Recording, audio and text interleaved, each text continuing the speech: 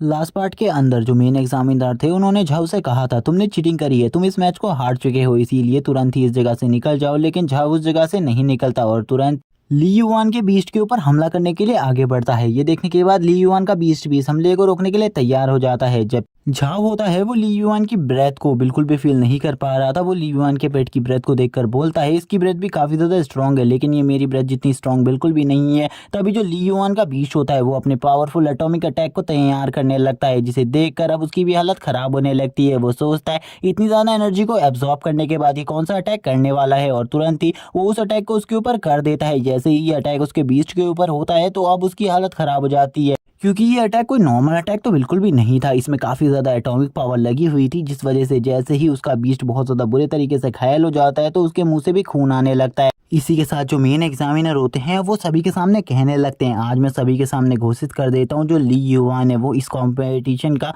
Champion है, और उसने इस कॉम्पिटिशन को पूरी ईमानदारी के साथ जीता है। क्योंकि उसने चीटिंग करी थी उसके बाद भी वो इस कंपटीशन को जीत चुका है। ली युआन भी तुरंत ही नीचे आ जाता है और अब अपनी पावर्स को इतना ज़्यादा शो करवाने के बाद उसकी भी जो एनर्जी थी वो काफ़ी ज़्यादा ड्रेन हो चुकी थी। जितने भी स्टूडेंट इस जगह पर होते वो कहने लगते हैं उसने जो एस रैंक का सोल था, बीस था, उसे तो हरा ही दिया, लेकिन फिर भी वो एक ई रैंक का होने के बाद भी ऐसा कैसे कर सकता है। वो बिल्कुल भी एक ई रैंक का बीस नहीं हो सकता, क्योंकि एक ई रैंक का बीस इतना ज़्यादा पावरफुल नहीं होता। वो ज़रूर एक एस रैंक का बीस्ट है, और वैसे भी वो जनरल लेवल के लेवल 3 पर है। इसी के बाद जो मेन एग्जामिनर होते हैं वो एक बंदे को इस जगह पर बुलाते हैं और उसे झाव को देकर कहते हैं इस बंदे को ठीक होने में 1 से 2 महीना लगेगा, क्योंकि इसने उस ब्लड पिल को खा लिया है, जिस वजह से इसे लेकर जाओ तुरंत ही हॉस्पिटल, वरना इसकी जो बॉडी है और इसका बीज पूरी तरीके से क्रिपल हो जाएगा। ये आगे चलकर लाइफ में कुछ भी नहीं कर पाएगा।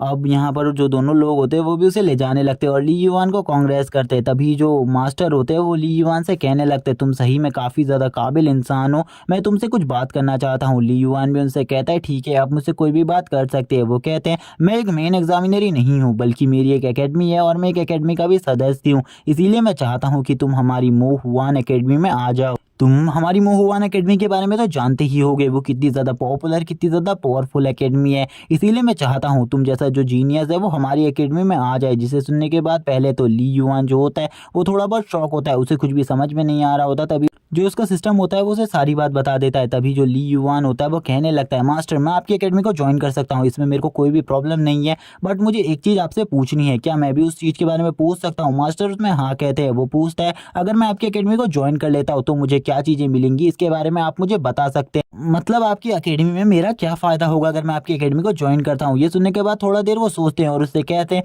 तुम्हें बिल्कुल भी चिंता करने की कोई ज़रूरत नहीं है। उनका रिएक्शन भले ही शॉकिंग था, लेकिन फिर भी वो उससे अच्छे तरीके से बात कर रहे थे। वो कहते हैं तुम बिल्कुल भी चिंता मत करो, तुम्हें जो भी रिसोर्सेज चाहिए वो तुम्हें दिए जाएंगे। और मैं तुम्हें एक और चीज़ बता दूँ, तुम अगर हमारी एकेडमी को ज्वाइन करते हो तुम्हें टोटली 5 लाख रुपए, 20 स्पिरिट स्टोन वो भी टॉप ग्रेड वाले, और 5 स्पिरिट कोर मिलेंगे, और तुम्हें एक जनरल रैंक का वेपन भी दिया जाएगा। और वो ये सब कहने के बाद शांत हो जाते हैं और उससे कहते हैं अब तुम्हारी चॉइस है कि तुम हमारी एकेडमी में आना चाहती हो या फिर नहीं, क्योंकि मैंने जो तुम्हें ऑफर दिया है वो काफ़ी ज़्यादा अच्छा है। तभी जो ली युआन का बीस्ट होता है वो इन सभी चीज़ों की काउंटिंग करने लगता है और बोलता है जो ये पिल्स दे रहे हैं हमें 5 पिल्स, उनकी कीमत 25 लाख है, और जो वो 20 टॉप ग्रेड के स्पिरिट स्टोन है उनकी कीमत भी काफ़ी ज़्यादा है। इसीलिए तुम इस डील को हाँ कर दो, क्योंकि ये डील काफ़ी ज़्यादा अच्छी है, इसमें बहुत ज़्यादा तुम्हारा फ़ायदा है। ये सुनने के बाद ली युआन उससे कहता है क्या तुम्हें भी यही फैसला मेरा सही लगता है। तभी उसका जो सिस्टम होता है वो उससे कहता है कि तुम्हारे पास अभी और कोई भी ऑप्शन नहीं है, अगर तुम्हारे पास ऑप्शन होते तो कोई बात थी, लेकिन इतना ज़्यादा जब तुम्हें अच्छा ऑफर मिल रहा है तो तुम्हें ये ऑफर को तुरंत ही एक्सेप्ट कर लेना चाहिए।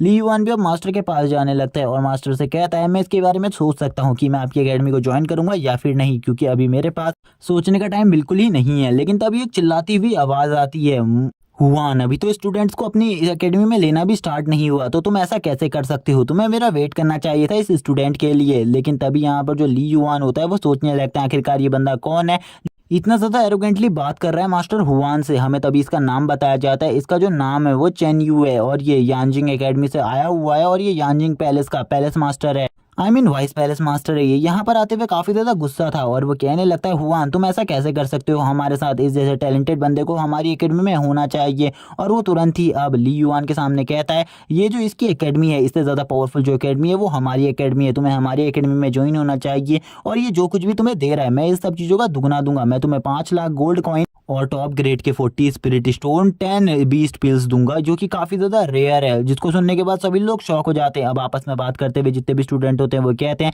एक रेयर टैलेंट की यही कदर होती है, उसको अब सभी अपनी एकेडमी में रखना चाहते हैं क्योंकि उसका टैलेंट सबसे ज़्यादा है और उसके टैलेंट के सामने अभी किसी और का टैलेंट इतना ज़्यादा बिल्कुल भी नहीं है, क्योंकि उसने पूरे के पूरे 10 फ्लोर्स को क्लियर कर दिया है। अब इसी के साथ ही ये दोनों ही मास्टर अपने ऑरा को रिलीज करने लगते हैं और तुरंत ही जो मास्टर हान होते हैं वो अपने बीस्ट को बाहर निकाल देते हैं और उससे कहते हैं आखिरकार तुम्हारी कैसे हुई, जिस बंदे को मैं अपनी एकेडमी में रखना चाहता था तुम उसे अपनी एकेडमी में कैसे ले जा सकते हो। और इसी के साथ वो भी अपनी बीस्ट को बाहर निकालते हुए कहते तुम्हें क्या लगता है मैं तुमसे डर जाऊंगा। और वो इसी के साथ ही अपने नेदर फायर टाइगर को बाहर निकाल लेते हैं, जो कि काफी ज्यादा स्ट्रांग होता है। अब वो उसको देखकर कहते हैं तुम्हें ऐसा लगता है अगर कि मैं तुम्हें देखकर डर जाऊंगा तो तुम गलत हो, क्योंकि मैं तुम्हें देखकर बिल्कुल भी नहीं डरूंगा, मैं तुम्हारे साथ फाइट करने को तैयार हूँ। और ये दोनों ही अब अपनी पावर्स को रिलीज करने लगते हैं। इन दोनों का ऑरा काफी ज्यादा स्ट्रांग था। इन दोनों के ऑरा के बीच में हमारे हीरो की हालत काफी ज्यादा खराब हो जाती है। ली युआन बोलता है मैंने कभी भी नहीं सोचा था इन दोनों का सप्रेशन इतना ज्यादा होगा।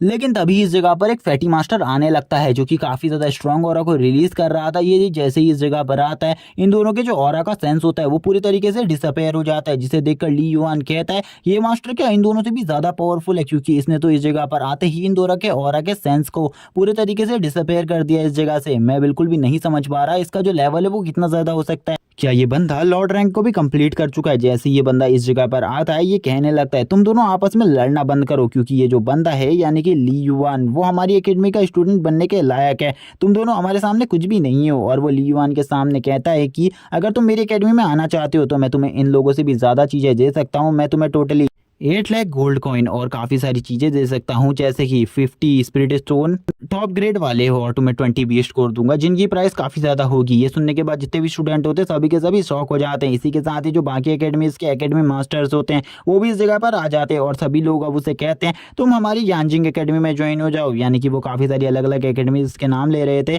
और वो उससे कहने लगते हैं हमारी एकेडमी सबसे ज़्यादा अच्छी एकेडमी है। और ये सभी अब ली युआन को अपनी एकेडमी में रखने के लिए कुछ भी कर सकते थे, कितना ही बड़ा झूठ बोल सकते थे। लेकिन तभी जो मास्टर चेन होते हैं वो सभी से कहने लगते हैं तुम सभी को शांत हो जाना चाहिए, यहाँ पर तुम में से कोई भी फैसला नहीं लेगा, तुम सभी अपनी जुबान को बंद करो। ली युआन का खुद का फैसला होगा कि वो किस फैसले को करना चाहेगा। और तभी वो ली युआन से पूछते तुम अपना फैसला बताओ। ली युआन तुरंत ही उनके सामने ग्रीट करता है, उनसे कहता है मैं यहाँ पर खाली 2 ही एकेडमीज में से एक एकेडमी को चॉइस करूंगा, जिनमें से यांजिक एकेडमी और मोहुआन एकेडमी है। बाकी मैं किसी भी एकेडमी को ज्वाइन नहीं करूंगा। जिसके बाद यहाँ पर अब जो वो मास्टर आया हुआ था यानी कि वो फैटी मास्टर, वो कहता है तुम्हें अगर कभी भी मेरी ज़रूरत हो तुम तुरंत ही मुझे मैसेज कर देना, कॉल कर देना, ये मेरा कार्ड है। और वो तुरंत ही उससे कहता है थैंक यू मास्टर जो आप मेरे ऊपर इतनी दया दिखा रहे हैं, मुझे पता है आप काफ़ी ज़्यादा अच्छे हैं इसीलिए आप मेरे साथ ऐसा कर रहे हैं। और अब वो मास्टर भी इस जगह से चला जाता है। ये दोनों कहने लगते हैं चलो ठीक है। अब यहाँ पर वो भी चले गए हैं तो तुम जल्दी बताओ हम दोनों में से तुम किसे चुनने वाले हो, यानी कि तुम हमारी एकेडमी से किस एकेडमी में जाने वाले हो। ये सुनने के बाद तो अब ली युआन का दिमाग और ज़्यादा खराब हो जाता है, क्योंकि उसे तो कुछ समझ में ही नहीं आ रहा था।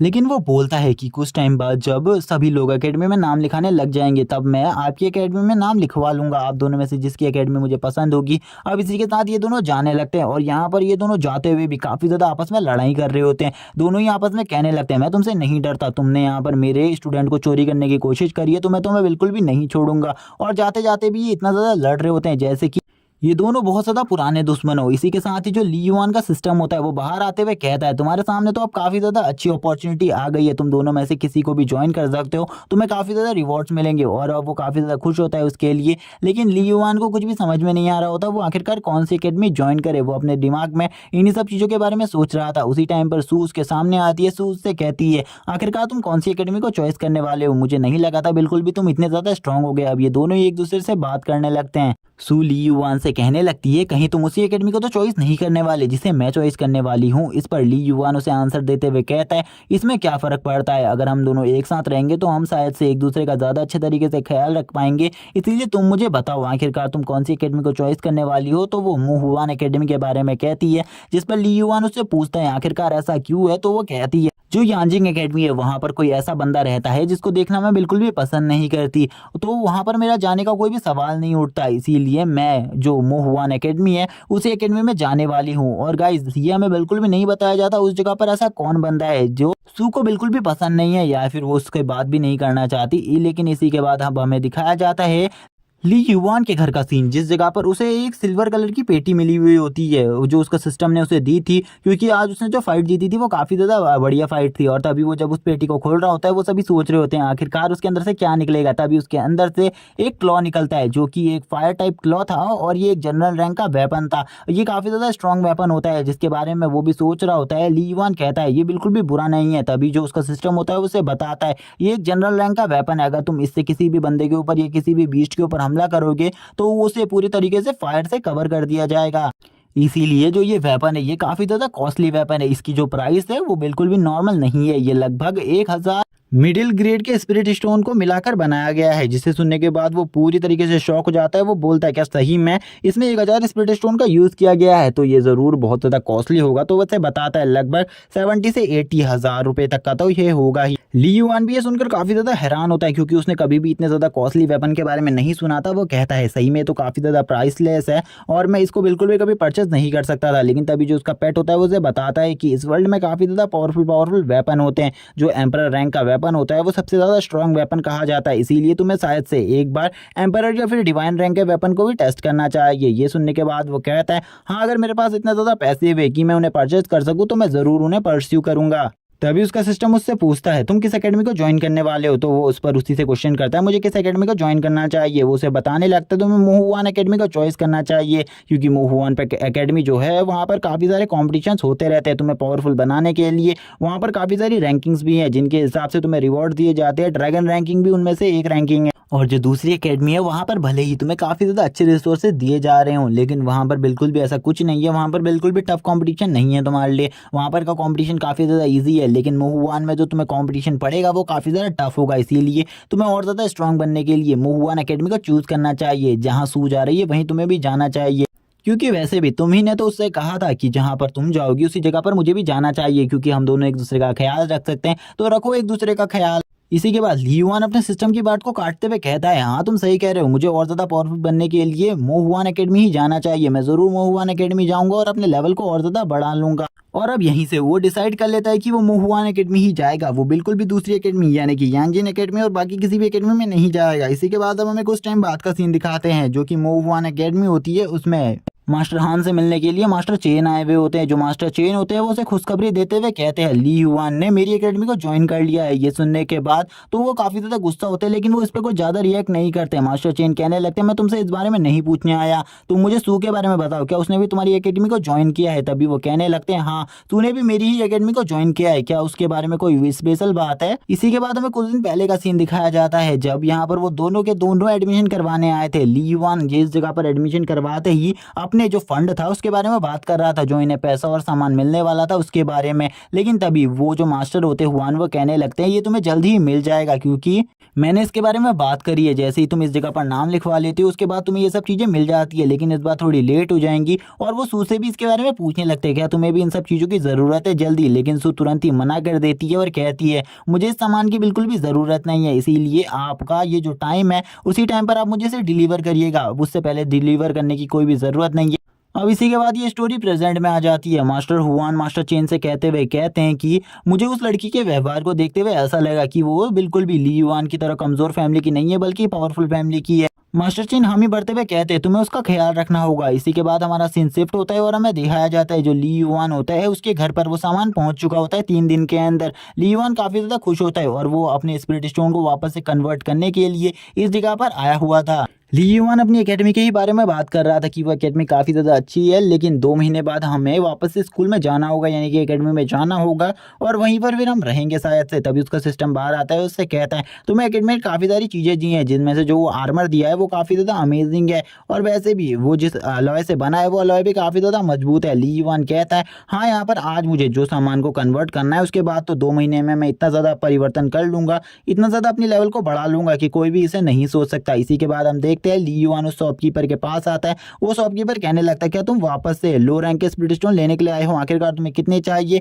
ली युआन तुरंत ही 5000 की बात कर देता है, जिसे सुनकर वो भी हैरान रहता है। लेकिन ये सब उसका काम था, जिस वजह से वो सारे सामान को ट्रक में एक्सपोर्ट कर देता है और इसी के बाद उसे थैंक्स कहते हुए इधर से जाने लगता है। लेकिन ली युआन के थैंक्स को सुनकर वो कहता है तुम्हें थैंक्स की ज़रूरत नहीं है, मुझे ऐसा लगता है ये बंदा अपने जो पिग है उसको खाना खिलाने के लिए ये सब कुछ लेकर जा रहा है। लेकिन जो ली युआन होता है वो तुरंत ही इस गाड़ी को अपने घर पर ले आता है और घर पर सारे सामान को रख देता है। लेकिन उसका सिस्टम उससे पूछता है तुम इस सामान को घर लेकर क्यों आए हुए हो, तो वो उसे बताता है कि वो इसे घर इसलिए लेकर आया है क्योंकि वो इसे गोडाउन में नहीं ले जा सकता, क्योंकि उसके जो पेट है उसका आकार अब पहले से काफ़ी ज़्यादा बढ़ गया है।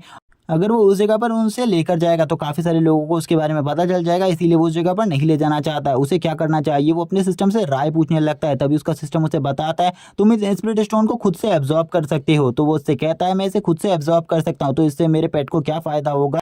वो उससे कहता है तुम्हारे पास एक जीनियस सिस्टम है, इसीलिए जो तुम्हारा सिस्टम है वो तुम्हारी सारी एनर्जी को तुम्हारे पेट तक पहुंचा देगा, इसीलिए तुम्हें चिंता करने की ज़रूरत नहीं है। लेकिन तुम्हें इसमें काफ़ी ज़्यादा टाइम लगेगा, तुम एक स्पीड बीज नहीं हो, इसीलिए तुम इसे धीरे धीरे कर एब्जॉर्ब कर पाओगे। तुम एक दिन में 50 से 60 स्टोन ही एब्जॉर्ब कर सकते हो। और इसी के बाद ही वो एब्जॉर्ब करना स्टार्ट कर देता है। जैसे ही वो फर्स्ट स्पीड स्टोन को एब्जॉर्ब करता है उसका सिस्टम उसे बताता है उसे 100 पॉइंट्स का रिवॉर्ड मिला है। और ऐसे ही अब हमें एक दिन बाद का सीन दिखाते हैं। वो एक दिन बाद के टाइम को देखते हुए कहता है मुझे लगता है मैं 1 महीने में शायद से इन स्पीड स्टोन को ख़त्म कर लूँगा, इसीलिए मुझे चिंता करने की ज़रूरत नहीं है। मेरी पावर 1 महीने में काफ़ी ज़्यादा आगे तक बढ़ जाएगी। इसी के बाद धीरे धीरे दिन बीतने लगते हैं और वो दिनों दिन काफ़ी सारे स्पीड स्टोन को एब्जॉर्ब करना स्टार्ट कर देता है, जिसमें जो उसका पेट होता है वो भी उसकी हेल्प कर रहा होता है। वो उसे काफ़ी ज़्यादा मोटिवेट रख रहा था और वो उसे बार बार उसके रिवॉर्ड के बारे में बता देता है जब भी उसे जो भी रिवॉर्ड मिलने वाला था। इसी के बाद हमें 5 दिन बाद का सीन दिखाते हैं। 5 दिन बाद जो उसका सिस्टम होता है वो उसे बताता है कि अभी तक उसने 49 स्पीड स्टोन को एब्जॉर्ब कर लिया है और उसकी स्पीड काफ़ी ज़्यादा कम हो गई है स्टार्टिंग दिन से, क्योंकि स्टार्टिंग दिन में उसने टोटली 30 स्पीड स्टोन को एब्जॉर्ब कर लिया था और अभी टोटली 2 दिनों में उसने खाली 49 ही स्पीड स्टोन को एब्जॉर्ब किया। इसीलिए उसे अपनी स्पीड को और ज़्यादा बढ़ाना होगा अगर उसे अपनी पावर को बढ़ाना है। तो ये सुनने के बाद वो कहता है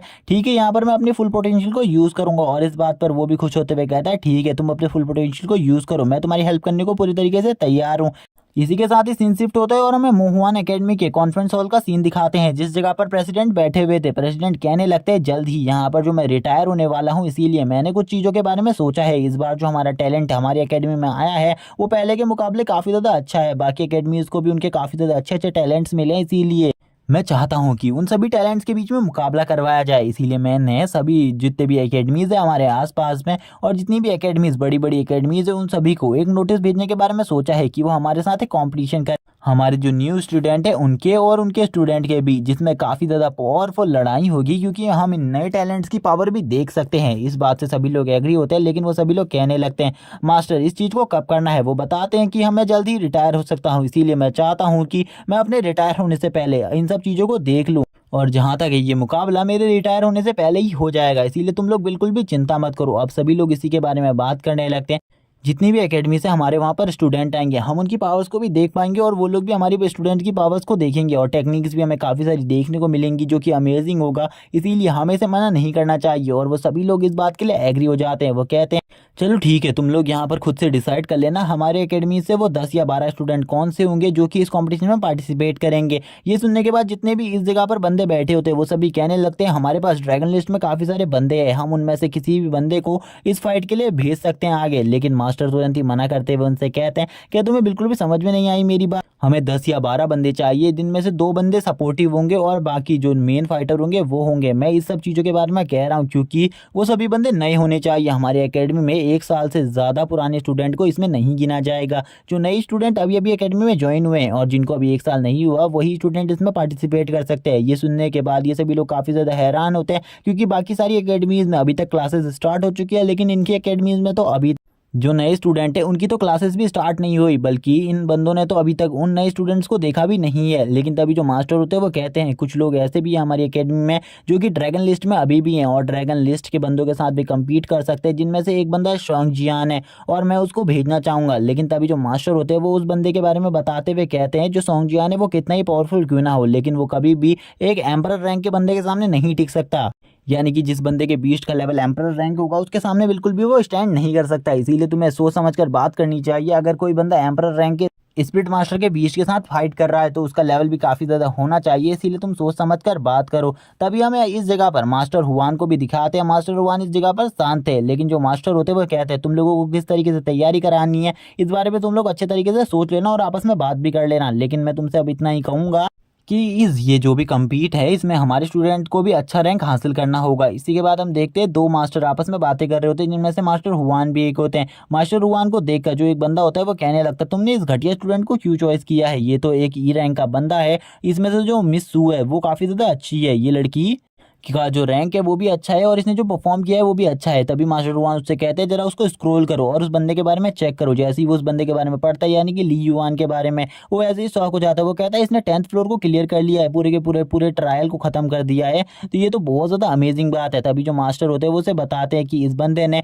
पूरे के पूरे 20 ट्रायल को एक ही बार में ख़त्म कर दिया, इससे पहले इसने कभी भी टेस्ट नहीं दिया था और ये कितनी ज़्यादा अमेजिंग बात है। तभी जो वो बंदा होता है वो कहता है क्या तुम्हें इसमें कोई गड़बड़ नहीं लगती, तो उससे कहते हैं हाँ मुझे इसमें गड़बड़ लगती, अगर मैंने इन सब चीज़ों को अपनी आंखों के सामने नहीं देखा होता, लेकिन मैंने उस बंदे के टैलेंट को अपनी आंखों के सामने देखा है। इसी के बाद अब ली युआन के घर का सीन दिखाते हैं और ली युआन अभी भी काफ़ी सारे स्पिरिट स्टोन को एब्जॉर्ब कर रहा था। उसका जो सिस्टम होता है वो उसे बताता है तुम लगातार 1 महीने से इन सब चीज़ों को कर रहे हो, यानी कि स्पिरिट स्टोन को एब्जॉर्ब कर रहे हो और अभी तक तुमने 2500 स्पिरिट स्टोन को एब्जॉर्ब कर लिया। ये काफ़ी ज़्यादा अमेजिंग बात है, लेकिन अभी तुम बिल्कुल भी एब्जॉर्ब करना बंद कर सकते हो, क्योंकि अभी तुम्हारे जो पेट का लेवल है उसे भी अपग्रेड करने की ज़रूरत है।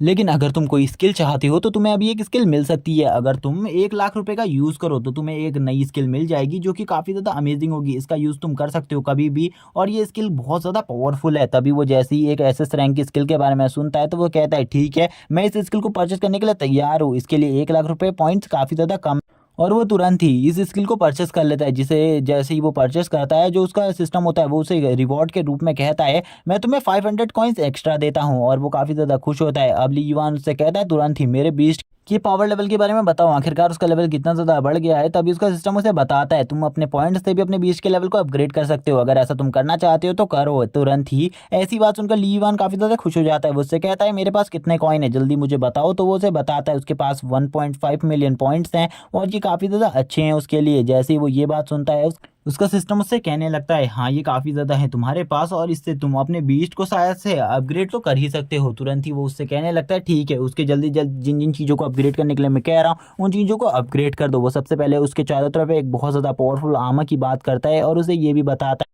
उसकी हाइट को भी अपग्रेड कर दो और इसके साथ साथ जो उसके क्लॉज हैं उनकी पावर्स को भी काफ़ी ज़्यादा बढ़ा दो। और वो जैसे ही ये सब कुछ कर देता है उसके बीस्ट जो होता है वो तुरंत ही पीक लेवल पर पहुंच जाता है जनरल रैंक के, और ये काफ़ी ज़्यादा अच्छी बात थी। लेकिन अभी भी वो किंग रैलम से काफ़ी ज़्यादा दूर होता है, जिसे देख वो काफ़ी ज़्यादा दुखी था। वो कहता है मेरा भी इस जनरल रैंक का नहीं होना चाहिए था, मुझे लगा था वो किंग रैलम में पहुंच जाएगा, मुझे इतने सारे कॉइन्स वेस्ट नहीं करने चाहिए थे, मुझे तो लगा था वो एम्पर रैंक पे पहुंच जाएगा। लेकिन तुरंत ही जो उसका सिस्टम होता है उसे बताता है अभी तुम्हारे पास 250 स्पिरिट स्टोन और बचे हैं, अगर तुम इन्हें एब्जॉर्ब कर लोगे तो तुम्हें तुरंत ही 2.5 मिलियन पॉइंट्स मिल जाएंगे, इसीलिए तुम्हें चिंता करने की कोई भी ज़रूरत नहीं है। और वो जैसे ही इस बारे में सुनता है वो काफ़ी ज़्यादा खुश हो जाता है। वो कहता है लेकिन इसमें मुझे काफ़ी ज़्यादा टाइम लगेगा और इतना टाइम मेरे पास बिल्कुल भी नहीं है। लेकिन उसका सिस्टम उसे कहता है मैं इसमें तुम्हारी पूरी तरीके से मदद करूंगा, चलो ठीक है स्टार्ट करो अब एब्जॉर्ब करना। लेकिन उसका सिस्टम उसे काफ़ी सारी चीज़ों के बारे में नहीं बताता, जैसे कि सू के कॉल्स ने इस टाइम तक 2000 कॉल्स कर दिए थे ली युआन को, लेकिन उसने एक भी कॉल पिक नहीं किया था, जिसके बारे में सिस्टम को सब कुछ पता था। इसी के बाद 1 महीने बाद का सीन दिखाते हैं हमें। अब 1 महीने बाद के सीन में कुछ भी नहीं बताया जाता ली युआन के बीस्ट के बारे में, लेकिन सू और मास्टर हुआन उसके पास पहुंच चुके थे। जो सू होती है वो उससे कहने लगती है मैंने तुम्हें 2000 कॉल्स किए, तुमने एक का भी रिप्लाई नहीं किया। ली युआन इस बात पर कहता है मैं काफ़ी ज़्यादा बिजी था अपने पावर्स को बढ़ाने में, इसीलिए मैं तुम्हारे कॉल्स का रिप्लाई नहीं कर पाया, लेकिन अब हम दोनों तो एकेडमी में ही हैं, इसीलिए हमें कॉल्स की कोई भी ज़रूरत नहीं पड़ेगी, हम कभी भी आपस में एक दूसरे से बात कर सकते हैं। मास्टर भी अब उन्हें उस ट्रेन के अंदर ले आते क्योंकि ये दोनों ही अब इस ट्रेन से एकेडमी की तरफ जाने वाले थे। मास्टर कहते हैं मुझे लगता है तुम जल्द ही एकेडमी पहुंच जाओगे सही सलामत। तभी जो ली युआन होता है वो उनसे कहता है सही सलामत कहने का आपका क्या मतलब है। अब जो मास्टर होते हैं वो कुछ देर के लिए शांत हो जाते हैं, इसीलिए वो दाएं बाएं बाकी सारी चीज़ों को देखने लगता है। ली युआन तुरंत ही जो सू होती है उससे पूछता है तुमने अपने बीस्ट के लेवल को कहाँ तक पहुंचा दिया, तो वो उसे बताती है वो जनरल रैंक के 3 स्टार पर पहुंच गया है। लेकिन ये कोई भी ज़्यादा बड़ी बात नहीं है, क्योंकि तुम जब झाओ से फाइट कर रहे थे तब तुम्हारा जो बीस्ट का रैंक था वो भी जनरल रैंक के 3 स्टार पर ही था, इसीलिए मुझे अभी तुमसे भी ज़्यादा स्ट्रांग बनना है। ली युआन उससे कहता है वैसे भी तुमने जो प्रतिभा दिखाई है, यानी कि जो तुम्हारा टैलेंट है वो काफ़ी ज़्यादा अच्छा है, मैं बिल्कुल भी इतने ज़्यादा टैलेंट को एक्सपेक्ट नहीं कर सकता तुमसे, यानी कि जो तुम्हारा टैलेंट है वो नॉर्मल ह्यूमन से तो काफ़ी ज़्यादा है। ली युआन फिर से मास्टर से कहता है आपका यहाँ पर सही सलामत कहने का क्या मतलब था, हम इतनी ज़्यादा महंगी ट्रेन में आखिरकार क्यों जा रहे हैं अगर हम सेफ ही नहीं पहुँचेंगे तो। मास्टर उन्हें बताते हैं आगे जब वो मिड एरिया में पहुँच जाएंगे तो उन्हें ऐसा लगता है उनके सामने काफ़ी ज़्यादा बड़े खतरे होंगे, क्योंकि बीस्ट का एक जो झुंड है वो इसी ट्रेन के पीछे पड़ा हुआ है और अगर उन्होंने इसके ऊपर हमला कर दिया तो बहुत ज़्यादा मुश्किल क्रिएट हो जाएगी। और अगर उसमें कोई किंग रैलम का बीस्ट हुआ, एम्परर रैलम का बीस्ट, यानी कि डीमन हुआ तो उनके लिए भी बहुत प्रॉब्लम क्रिएट हो जाएगी। वो भी खाली उस बीच को 5 ही मिनट के लिए रोक पाएंगे। अब ये सुनने के बाद तो ली युआन की भी हालत खराब हो जाती है। वो कहता है अगर मास्टर 5 ही मिनट तक उसे रोक पाएंगे तो मेरा तो कोई सामना ही नहीं है उसके सामने, मैं तो एक ही बार में खत्म हो जाऊंगा। इसीलिए लगता है मैं अभी भी काफी ज्यादा वीक हूँ, मुझे भी अभी काफी ज्यादा स्ट्रांग बनना है। मास्टर उन दोनों से कहते हैं तुम्हें आराम कर लेना चाहिए, क्योंकि बाद में तुम्हें ये आराम नहीं मिलने वाला। जब तुम एकेडमी पहुंच जाओगे तुम्हारे सामने काफी ज्यादा खतरे होंगे। जैसे ही जो सू होती है वो बीस्ट के बारे में सुनती है, वो काफी ज्यादा शॉक हो जाती है। वो मास्टर से कहती है कि आप डीमंस के बारे में बात कर रहे हैं, मैंने आज से पहले कभी भी डीमन से फाइट नहीं करी। लेकिन मास्टर हंसते हुए उनसे कहते हैं तुम्हें चिंता करने की जरूरत नहीं है, जब तक मैं इस जगह पर हूँ तुम्हें कुछ भी नहीं होगा। मैं तुम्हें पूरा भागने का मौका दूंगा अगर डीमन से इस जगह पर आ जाते हैं तो। इसी के बाद सीन शिफ्ट होता है, हमें इस ट्रेन का सीन दिखाया जाता है। ये ट्रेन की स्पीड इतनी ज़्यादा होती है कि इतनी स्पीड में इस जगह से निकल रही थी, इसके ऊपर कोई भी डीमन अटैक नहीं कर सकता था। लेकिन तभी जो हेडक्वार्टर होता है वो इस ट्रेन के जो भी पैसेंजर होते हैं उन सभी को इन्फॉर्म कर देता है कि बीच की जो वेव है उन्होंने इसकी ट्रेन के आगे वाले जगहों पर हमला कर दिया है, इसीलिए आगे वाली जगह क्लियर नहीं है, जिस वजह से इस ट्रेन को काफ़ी ज़्यादा खतरा हो सकता है आगे जाने में। इसीलिए अगर आप लोग इस ट्रेन से बाहर निकलना चाहते हैं तो आप जा सकते हैं। तभी जो एक बंदा होता है वो इस जगह पर आ जाता है और वो मास्टर से कहने लगता है आपको हमारी हेल्प करनी चाहिए, ये काम आप बहुत ज़्यादा इजीली कर लेंगे, क्योंकि हमें नहीं लगता वो लोग ज़्यादा पावरफुल हैं। क्योंकि इन लोगों को उसके बारे में कोई भी इन्फॉर्मेशन नहीं थी, इसीलिए ये चाहते थे इनके जितने भी स्टूडेंट हैं वो लोग इनकी हेल्प करें। और ये हाथ जोड़कर यहाँ पर इन सभी पैसेंजर के लिए उनसे भीख मांगने लगते हैं, क्योंकि इन पैसेंजर की जान खतरे में थी, इसीलिए ये लोग मास्टर से हेल्प मांगते। तो मास्टर भी इस बात के लिए तैयार हो जाते और मास्टर कहने लगते हैं ठीक है मैं आगे जाकर तुम्हारी हेल्प करने को तैयार हूँ, क्या तुम लोगों के पास रेगिस्तान में चलने वाली बाइक्स हैं? तो वो इसके लिए हाँ करते हैं और वो कहते हैं कि आप दोनों बाइक का यूज़ कर सकते हैं, लेकिन प्लीज़ हमें इस खतरे से निकाल दीजिए। जिस पर मास्टर भी मान जाते हैं और मास्टर अपने दोनों स्टूडेंट से कहते हैं क्या तुम दोनों भी इस जगह पर मेरे साथ आना चाहोगे? सू तो मान जाती है, ली युआन भी मान जाता है और वो दोनों ही कहने लगते हैं हम आपके साथ जरूर आएंगे, क्योंकि हम दोनों को भी काफ़ी ज़्यादा प्रैक्टिस करनी। मास्टर कहते हैं चलो ठीक है, अगर तुम उस जगह पर आने को तैयार हो तो मैं भी तुम दोनों की पावर्स को देख लूंगा, आखिरकार तुमने इतने दिनों में कितना ज़्यादा प्रोग्रेस किया है।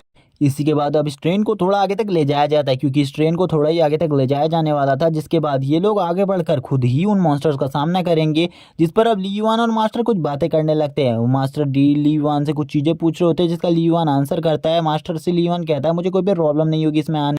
इसी के बाद जो सू होती है वो बोलने लगती है मुझे ये बाइक बिल्कुल भी चलानी नहीं आती। तो मास्टर उससे कहते हैं तो तुम ली युआन के साथ आ जाना, तुम्हें कोई भी प्रॉब्लम नहीं होगी ली युआन के साथ आने में, मुझे ऐसा लगता है। और मास्टर इस बाइक को लेकर निकल जाते हैं। ली युआन कहने लगता है मास्टर आप रुक जाइए। और तभी वो ली युआन से पूछती है क्या तुमने कभी इस चीज़ को चलाया है? तो ली युआन मना करता है। वो कहता है मेरे पास कभी भी इतना पैसा नहीं हुआ कि मैं ऐसी चीज़ों को बाय कर सकूं, लेकिन मैं इसे ज़रूर चला लूंगा, क्योंकि मुझे ऐसा लगता है ये भी एक बाइक की तरह है। और जब वो उसे चलाता है तो उसे पता चल जाता है ये सही में एक बाइक की तरह है। और वो भी अब इस बाइक को बहुत ज़्यादा स्पीड में चलाना स्टार्ट कर देता है, जिससे वो दोनों एक दूसरे के काफ़ी ज़्यादा करीब आ जाते हैं इस टाइम पर। और उसने उसे अच्छे तरीके से पकड़ा हुआ था। ली युआन तुरंत ही अब इसकी स्पीड को और ज़्यादा बढ़ा देता है और अब ये बाइक जो होती है वो इतनी ज़्यादा स्पीड में चल रही होती है, ये उस ट्रेन की स्पीड को भी क्रॉस कर देती है, जिससे सू और ज़्यादा जोर से ली युआन को गले लगा लेती है। और ली युआन अब सू के साथ आगे बढ़ने लगता है और थोड़ी ही देर में वो मास्टर के पास भी पहुंच जाता है। और मास्टर के पास पहुंच कर कहता है मास्टर हमें वो जगह कहाँ पर मिलेगी जिस जगह पर हमें उन लोगों के ऊपर हमला करना है, यानी कि उन मॉन्स्टर्स के ऊपर। तो मास्टर कहते हैं चलो तुम रुको, थोड़ा ही आगे वो जगह मिल जाएगी। वो मॉन्स्टर्स काफ़ी ज़्यादा पावरफुल हो सकते हैं, इसीलिए अगर तुम लोगों को बचने का मौका मिले और भागने का मौका मिले तो तुरंत ही भाग जाना, तुम्हें उस जगह पर रुक कर फाइट करने की कोई भी ज़रूरत नहीं है। और मास्टर तुरंत ही अपनी बाइक को छोड़ देते हैं, क्योंकि आगे मॉन्स्टर्स का एक बहुत बड़ा ग्रुप था और वो अपने बीस्ट को बाहर निकाल लेते हैं। इसी के साथ ही वाला पार्ट यहीं पर एंड हो जाता है। अगर इस सीरीज का नेक्स्ट पार्ट चाहिए तो कमेंट सेक्शन में लिख देना और चैनल को सब्सक्राइब कर देना याद से। Okay bye guys.